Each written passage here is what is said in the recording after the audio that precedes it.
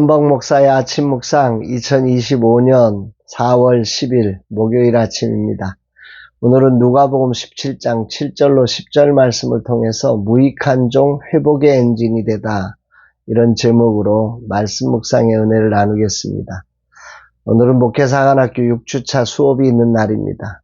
이제 벌써 근본학기의 절반을 맞이합니다. 11기 12기생 모두가 끝까지 승리해서 주님이 기뻐하시는 사역자로 세워져 가기를 기도합니다. 아울러 수고하실 강사님들과 후원자들 모두에게 주님의 축복하심이 함께 하시기를 기도합니다.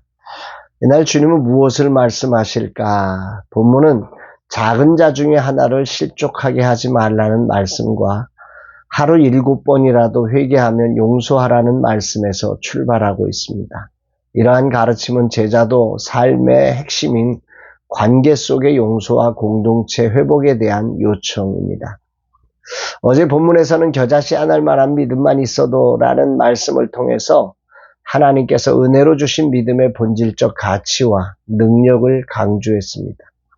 이 믿음은 단지 신념이 아니라 하나님의 뜻에 순종할 수 있는 능력이며, 이로 인해 우리는 하나님 나라 회복의 프로세스에 동참하게 된다 말씀했지요.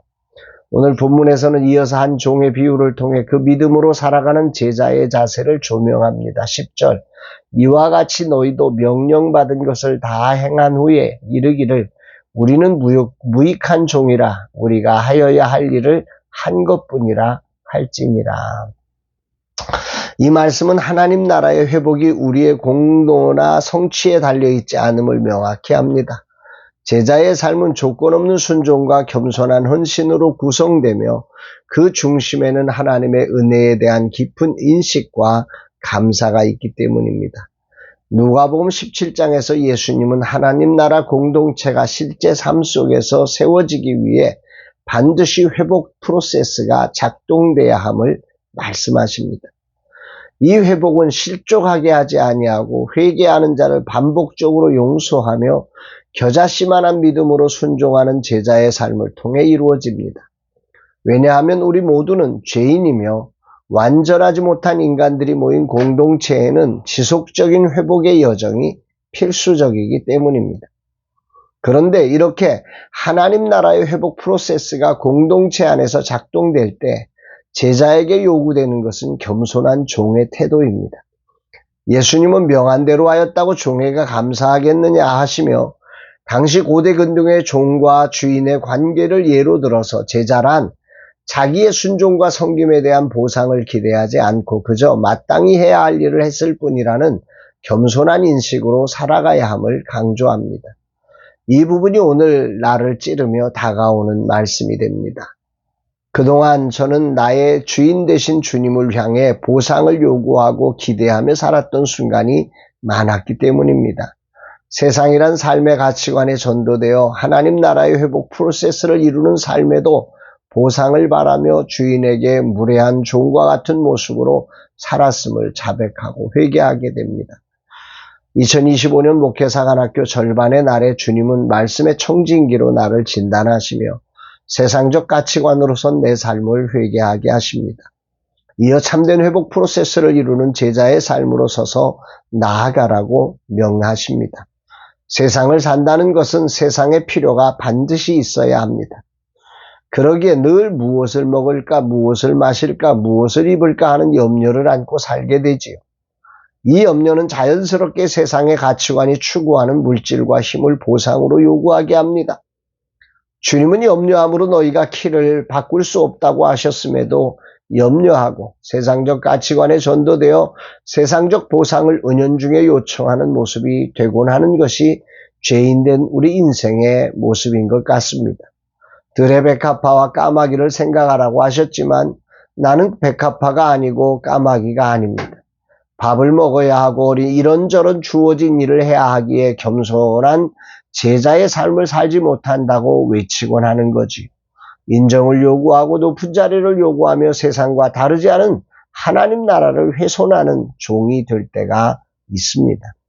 과연 무익한 종으로 하나님 나라의 회복 프로세스를 이루는 일에 쓰임받음을 감사하며 사는 삶은 구체적으로 어떠해야 하는지를 깊이 묵상하게 됩니다. 세상의 시스템은 보상 구조 위에 서 있습니다. 많이 벌고 잘 보여야 인정받고 그래서 더 많이 가지려고 애를 쓰는 거지요. 하지만 예수님은 이 말씀을 통해 세상 구조 자체를 뒤집어 버리고 계십니다. 명한 대로 행하며 염려하지 말라는 것은 단순한 위로가 아니지요. 너희는 다른 나라의 시민이다.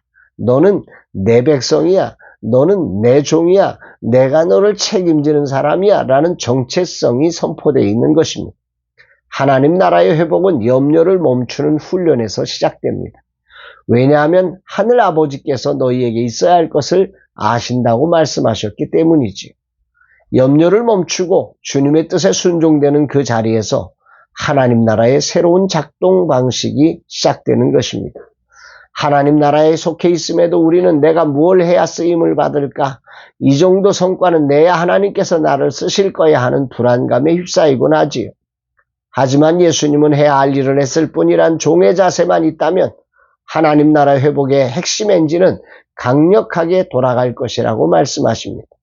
하나님은 우리의 능력과 자격과 성과를 보지 않고 겸손하게 말씀에 순종하여 그 자리를 묵묵히 지켜가는 종들을 통해 놀라운 회복을 이루십니다.